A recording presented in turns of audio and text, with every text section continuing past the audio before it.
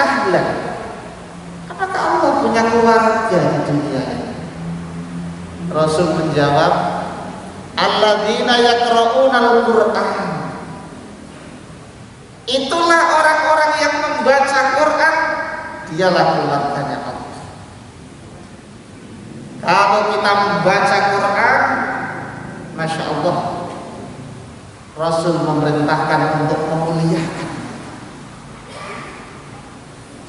Hamilul Quran, membawa Quran. Muliakan orang yang ketemu itu. Oleh karena itu Bapak Ibu,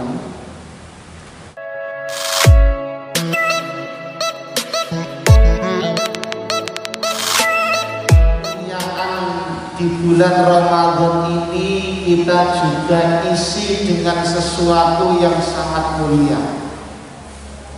Apa yang bisa kita lakukan dalam rangka mengisi hari-hari yang mulia, waktu-waktu yang mulia, saat-saat yang mulia di bulan Ramadan ini? Salah satunya adalah dengan Quran. Dengan Quran. Ada cerita,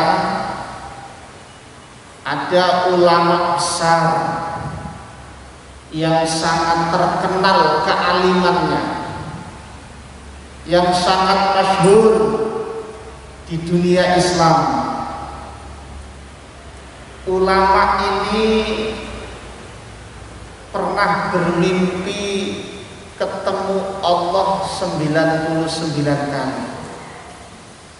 Nih kita ini kan mimpinya ketemu sapi kita, teman kita, hewan kita.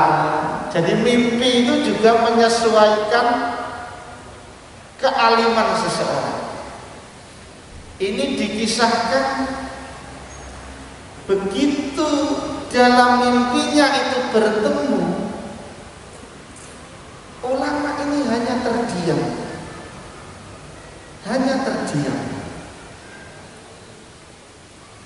Tetapi dia punya keinginan kalau nanti diberi rezeki Allah lagi, bisa bermimpi lagi, akan ditanyakan kepada Allah. Allah kasih kesempatan yang ke-99, ulama besar ini bermimpi lagi. Ulama besar ini bernama Imam Hambali, yang dikenal dengan madhab Hambali. Bermimpi ketemu Allah yang ke-99, Imam Hambali bertanya kepada Allah, ya Rabb, bima taqarruba mutaqarribuna ahabba ilaih. Ya Allah, kalau ada hambamu yang ingin dekat dengan Engkau, dengan cara apa yang paling Engkau cintai, ya Allah? Kalau ingin dekat itu banyak caranya, tapi yang paling dicintai Allah itu apa? Dijawab Allah dalam mimpinya, biqiraatil Quran, dengan membaca Al-Quran. Kalau Imam Hambali paham apa yang dibaca dari Al-Quran itu langsung paham. Tapi bagi kita umatnya, orang Arab sendiri saja kadang tidak paham. Lalu dalam mimpi itu ditanyakan lagi, ya Allah, bifahmin au bighairi fahmin, ya Allah, apa membaca Quran itu harus dengan faham atau tidak faham, tidak apa-apa, ya Allah? Lalu dijawab, ya Allah, bifahmin au bighairi fahmin, dengan faham atau tidak faham, membaca Quran itu paling dicintai oleh Allah. Yang penting kita baca terus, kita ngobrol terus dengan Quran itu, lama-lama Allah akan memberikan pemahaman di dalam hati kita. Ada orang itu alim, pinter, ditanya soal Quran bisa jawab, bisa menerangkan, tetapi tidak bisa merasakan sesuatu dari Quran itu. Ada orang yang tidak alim tapi rajin baca Quran, ditanya tentang Quran yang gak bisa jawab, tetapi dia alim hatinya. Begitu dia mengetahui sesuatu, hatinya mudah tersentuh. Ditanya tentang Quran ini nggak bisa jelasin, tetapi ketika diajak kemaksiatan, hatinya nggak mau karena itu bertentangan dengan isi Quran. Ada orang yang bisa menjawab berbagai pertanyaan dari Quran, tetapi hatinya tidak tersentuh sama sekali dengan Quran. Alim lisannya tapi tidak alim hatinya. Ada yang tidak alim lisannya tapi hatinya alim, karena Allah menghujamkan pemahaman langsung ke dalam hati siapa yang menjeburkan lisannya, pikirannya dan hatinya ke dalam kalam-kalam ilahi. Bapak Ibu yang dimuliakan oleh Allah, Nabi pernah bersabda, man arada ayyatakallama ma'allah falyaqra'il Qur'an. Barang siapa yang ingin ngobrol, berbicara dengan Allah, falyaqra'il Qur'an, maka bacalah Qur'an. Quran itu 100% kalam Allah. Siapa yang membacanya, menenggelamkan lisannya, pikirannya dan hatinya dengan kalamnya Allah, Allah akan hujamkan pemahaman di dalam hatinya. Banyak orang yang biasa-biasa saja tapi imannya luar biasa karena sebab rajin baca Quran. Allah hujamkan pemahaman. Dalam kehidupan kita sehari-hari biasa, Pak. Kalau kita nggak paham Quran pun baca terus, baca terus, baca terus. Anak kecil itu kalau dia kecil terus nggak paham yang diomongkan, lalu dia nggak pernah ngomong, selamanya dia tidak bisa ngomong. Betul? Betul. Anak kecil itu yang penting ngomong saja. Paham nggak? Ngomong aja, ngomong terus.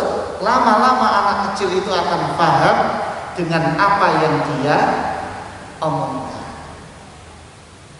Quran tidak kita pahami, kita baca tidak paham, sudah baca terjemahan dan tidak paham, baca terus.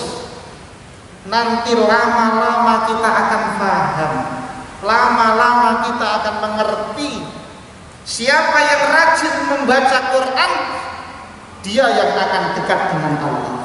Coba Anda lihat, Pak, Bu, anak kecil itu, siapa tetangganya yang rajin ngajak ngobrol dia, baik menggodanya maupun sekedar ngobrol basa-basi, maka anak itu akan mau diajak oleh orang yang sering mengajak ngobrolnya, karena merasa dekat.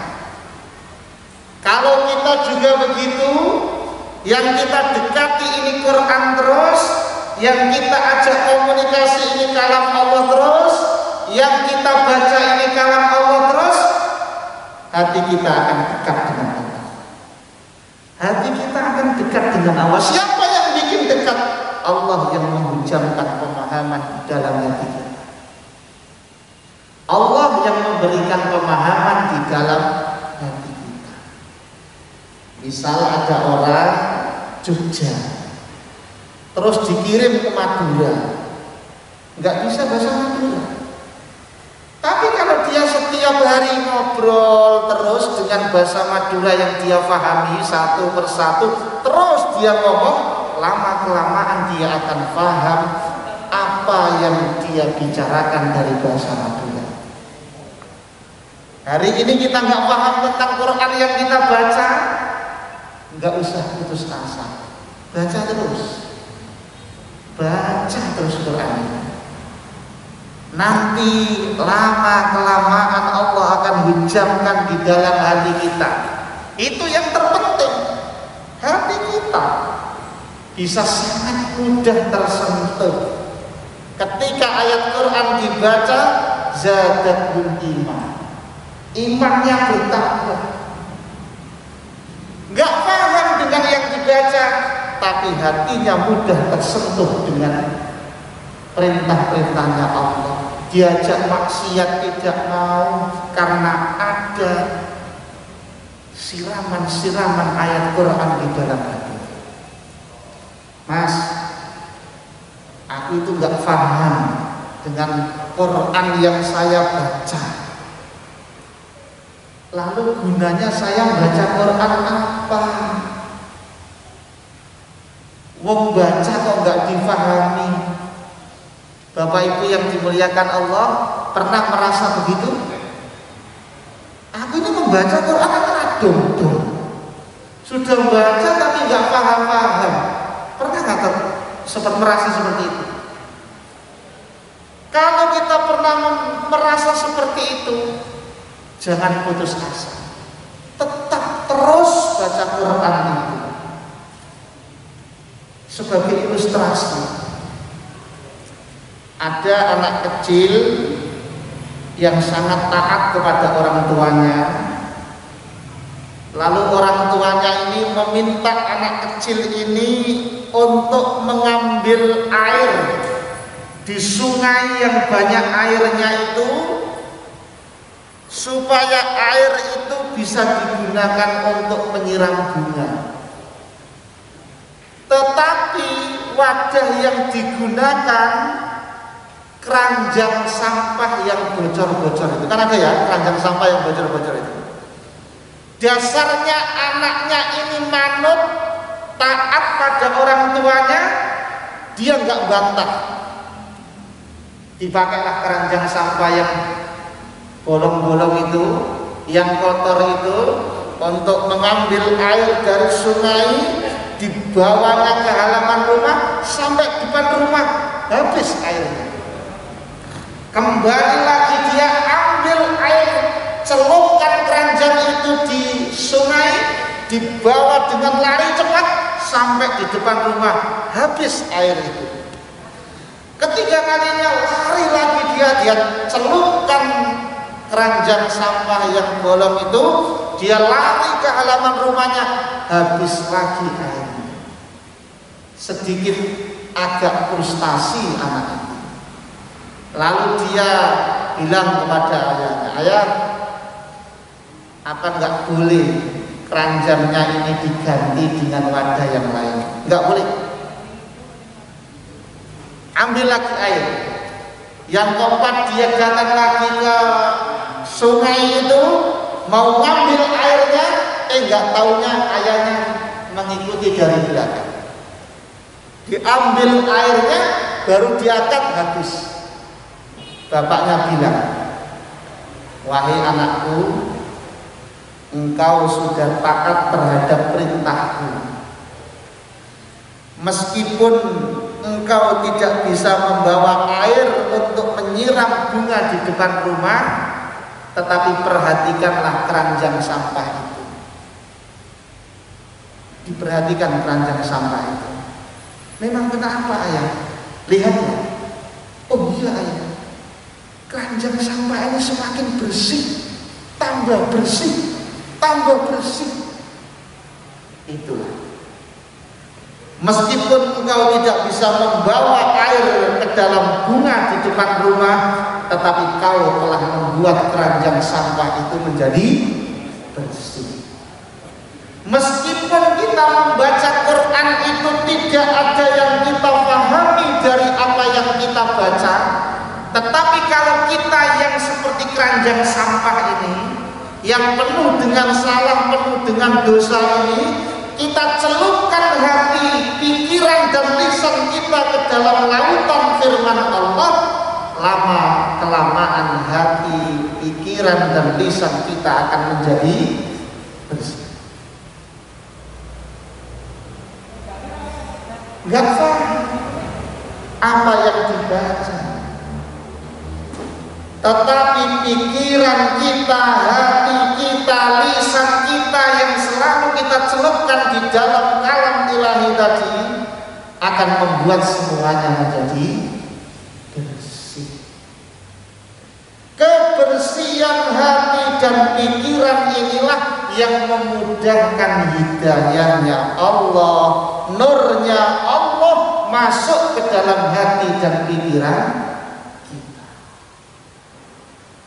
Bapak Ibu yang dimuliakan oleh Allah, kita yang hari ini belum bisa memahami sepenuhnya apa yang kita baca dari Quran, jangan pernah putus asa.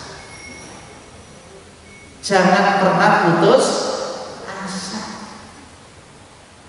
Ya karena memang kita misalnya mohon maaf, memang sudah tidak memungkinkan untuk belajar lebih lagi seperti jiwa-jiwa muda dulu. Ya gak apa-apa, diterima.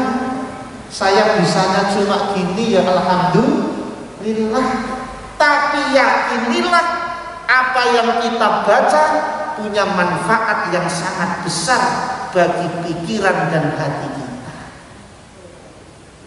Itu yang kita harapkan di dalam Quran yang kita baca. Dan Ramadan ini adalah waktu yang sangat mulia, waktu yang sangat enak untuk kita senantiasa membasahi bibir kita ini dengan kalam-kalam ilahi, membasahi bibir kita ini dengan zikir, membasahi mata kita ini dengan memperbanyak melihat Quran yang sudah ada di HP kita maupun di mushaf yang ada.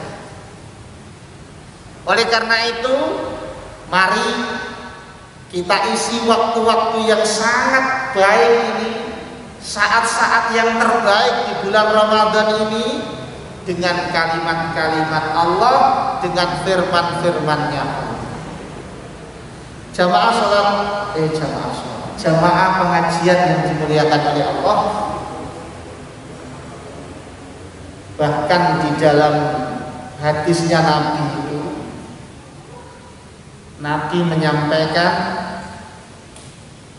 akrimu ahlallahi fid dunya, muliakanlah keluarga Allah di dunia. Oh, kok Allah punya keluarga? Sahabat bingung.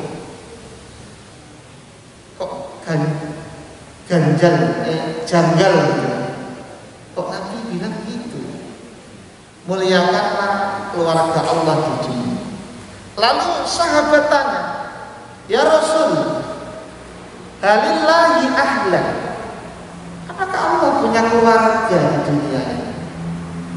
Rasul menjawab, alladzina yaqra'una al-Qur'an,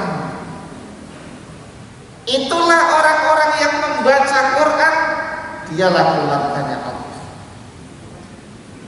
Kalau kita membaca Quran, Masya Allah, Rasul memerintahkan untuk memuliakan. Hamilul Quran, membawa Quran. Muliakan orang yang ketemu itu. Oleh karena itu Bapak Ibu, nek putra-putrane jenengan itu ngaji TPA, nek wong dikengken bayar 10.000 saulan itu terus sama. Saiki sekolah umum ya ana sing 1 juta saulan. 1 bulan 1 juta. TPA itu bayarnya murah meriah. Kalau kita memahami ini, lihatlah para guru-guru TPA yang kasihan-kasihan, yang kadang kurus-kurus. Perhatikan dialah yang mengajarkan Quran kepada anak-anak kita. Sampai Nabi mengatakan, khairukum man ta'allamal Qur'an wa 'allama. Sebaik-baik kita adalah yang mengajarkan Al-Qur'an dan belajar Qur'an. Perhatikan dia. Bahkan nanti kalau kita sudah pada masanya dibangkitkan Allah dari alam barzah,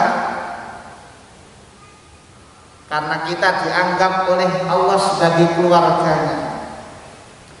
Begitu kita bangun karena kita ahli Quran, rajin membaca Quran, yang datang menjemput kita adalah malaikat-malaikat yang ditugaskan oleh Allah karena orang yang ahli dalam baca Quran. Ini sebagai ilustrasi.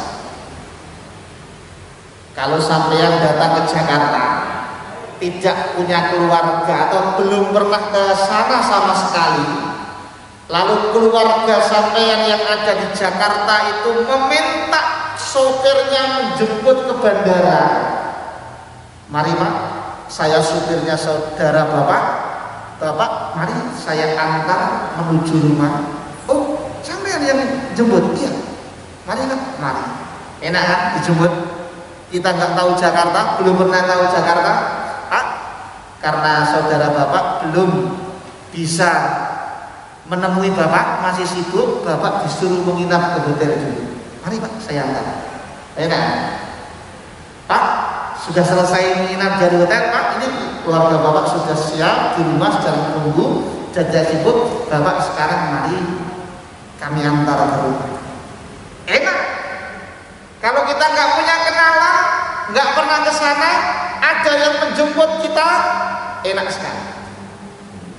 Kalau kita hari ini rajin baca Quran, kita rajin membaca Quran, rajin menghafalkan Quran, pada saatnya nanti ketika kita dibangunkan oleh Allah dari alam barzah, pada saatnya nanti malaikat datang menjemput kita, mengajak kita menuju surga yang sudah merindukan ahli Quran, menuju Allah yang sudah rindu dengan orang-orang yang rajin membaca Quran di saat dia masih hidup.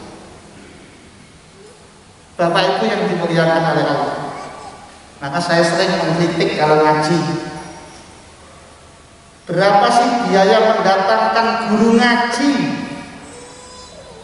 Kita sudah haji, punya mobil, punya rumah, hanya mendatangkan guru ngaji supaya kita ngaji bisa, tidak dilakukan. Padahal anaknya belajar musik, satu kali pertemuan 200.000 dibiayai. Tetapi untuk Quran, kenapa kita tidak begitu bersemangat lalu mengeluarkan apa yang sudah dikasihkan Allah rezeki ini untuk mendatangkan guru lalu mengajari kita yang sudah mungkin tidak punya banyak kesempatan untuk ngaji di TPA atau karena Tuhan. Kalau kita menyadari pahala, kenikmatan yang bisa kita dapatkan ketika bisa membaca Quran, mestinya ini menggugah kesadaran kita semua. Pak, tapi kalau saya sudah belajar tidak mungkin dan tidak bisa, gimana? Ya nggak apa-apa.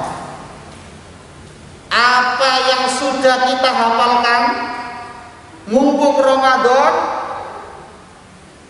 putar balik terus. Hafalnya kok kulhu, ya itu aja.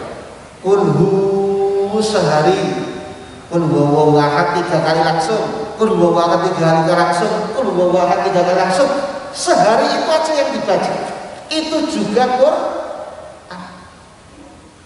Kalau memang kita tidak memungkinkan untuk belajar lagi karena usia, karena satu dan lain hal, apa yang sudah kita hafalkan jangan hanya sekedar hafal saja, tapi dilalar terus, dibaca terus setiap hari, apalagi di puasa yang seperti ini.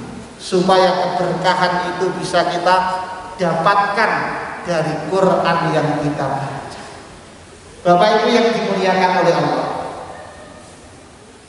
Nabi juga menyampaikan, nawwiru manazilakum bis-sholati wa qiraatil Quran.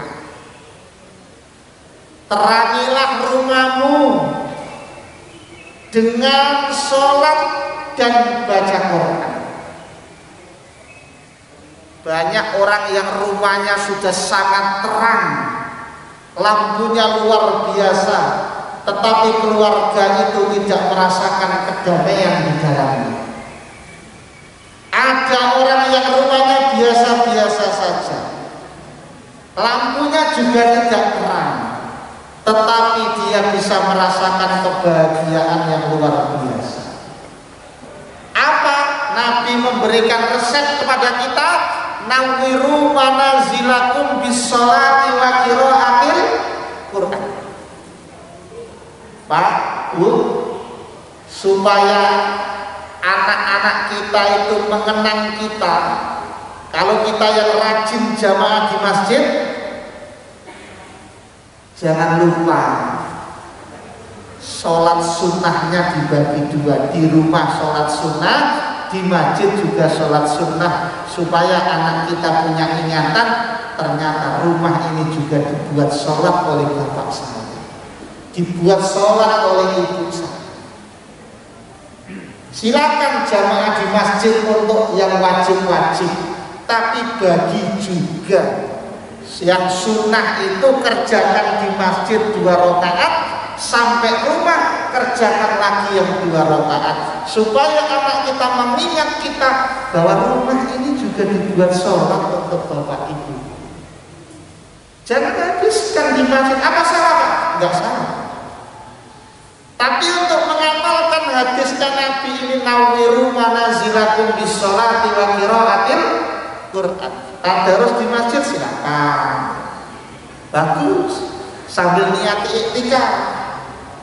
Tetapi bagi juga waktu untuk di rumah kita juga membaca Quran, supaya ingatan anak-anak kita, ternyata bapakku itu juga menjadikan rumah ini untuk baca Quran. Nah, Quran itu sebagai obat. Bapak-bapak itu kalau dimarahin istrinya, istri itu kadang kalau marah tidak bisa dikendalikan. Ini kalau marah langsung jenengan sodori Qurannya, Bu, Quran Bu, menang Bu. Jadi mari Pak, Bu, kita yang rajin sholat di masjid, alhamdulillah. Tapi sisihkan juga dari yang sunnah ini untuk bisa kita kerjakan di rumah. Kita yang rajin baca Quran di masjid, alhamdulillah, itu rezeki yang luar biasa. Tapi sisihkan waktu juga untuk bisa membaca Quran di rumah, supaya sesuai dengan hadisnya Nabi, rumah kita menjadi terang. Nawwiru manazilakum bis-sholati wa qiraatil Quran. Saya membaca dari kajian seorang ulama, kalau baca Quran atau sholat sunnah di rumah jangan di satu tempat. Kalau bisa hari ini di kamar situ, besok di kamar situ, besok di kamar situ. Yang penting nggak di kamar mandi. Nanti sholat di kamar mandi bahaya. Supaya apa? Cahaya sholat, cahaya Quran bisa menerangi semua ruangan yang ada dalam rumah kita. Nawwiru. Apa harus begitu Pak? Ya tidak harus. Tapi ada sebagian ulama yang menyarankan seperti itu, supaya apa yang disampaikan oleh Nabi ini benar-benar bisa kita rasakan di dalam rumah kita. Nawwiru manazilakum bis-sholati wa qiraatil Quran. Jam berapa adzannya? 39. Masih kurang ya? 33, sebentar lagi. Bapak Ibu yang dimuliakan oleh Allah, kita itu kadang balat, malas baca Quran. Pernah merasakan seperti itu, Bu? Pernah merasakan, Pak? Malas sekali baca Quran, pernah ya? Saya pengen ngasih trik supaya Bapak Ibu tidak malas baca Quran. Kalau pas malas baca Quran, ya nggak usah baca, kalau memang malas ya. Mau diapain mau malas? Nggak usah dibaca. Tapi tolong sempatkan, lihatlah Quran itu. Nek basa Jawa nek sempatkanlah tilii Quran itu. Misal kita lagi malas nih hari ini baca Quran, subuh malas baca Quran, sempatkan ambil Quran lalu dilihat. Alhamdulillah masih ada tulisannya Shadaqallahul Adzim. Tutup lagi. Ya kan malas. Nanti duhur, sholat duhur, baca Quran kok malas lagi ya. Ambil Qurannya, buka Qurannya. Alhamdulillah titik dan harokatnya masih ada. Shadaqallahul Adzim. Tutup lagi. Tahu malas. Asal kok masih gitu lagi, ambil Qurannya, buka Qurannya, lihat lagi, karena malas ya udah nggak usah dibaca. Yang keempat kok masih gitu, gila lagi ya. Quran hanya dilihat saja, ditutup lagi. Kalau kita malas, ini kata guru saya ya, kalau malas ya nggak usah baca, tapi jangan lupa sentuh Quran itu, lihat Quran itu. Kalau masih malas tutup lagi. 4 kali kok gitu terus, wah Anda ini memang sudah gila. Quran hanya ditilak-tiliki saja, nggak dibaca. Insya Allah kalau kita mau praktekkan itu, Quran akan sangat mudah untuk kita baca. Rakyat saking malesnya baca 1 ayat 2 ayat, latih begitu terus, insya Allah hati kita akan tergantung kepada Quran, hati kita akan kita celupkan pada Quran terus, dan janjinya Allah pasti, siapa yang menjeburkan hatinya dan pikirannya ke dalam firman-Nya Allah, Allah akan mensucikan hati dan pikirannya untuk siap menerima hidayah dari Allah. Bapak Ibu yang dimuliakan oleh Allah, semoga yang sederhana ini bermanfaat untuk saya pribadi, bermanfaat untuk Bapak Ibu sekalian, dan semoga Allah memudahkan kita semua, memudahkan langkah kita, dan kita minta juga semoga Allah juga meringankan keluarga kita untuk bisa bersama-sama membasahi lisan, pikiran, dan hati kita dengan kalam-kalam Allah. Amin ya Rabbal alamin. Kurang lebihnya mohon maaf. Billahi taufiq wal hidayah wal ridha wal inayah. Assalamualaikum warahmatullahi wabarakatuh.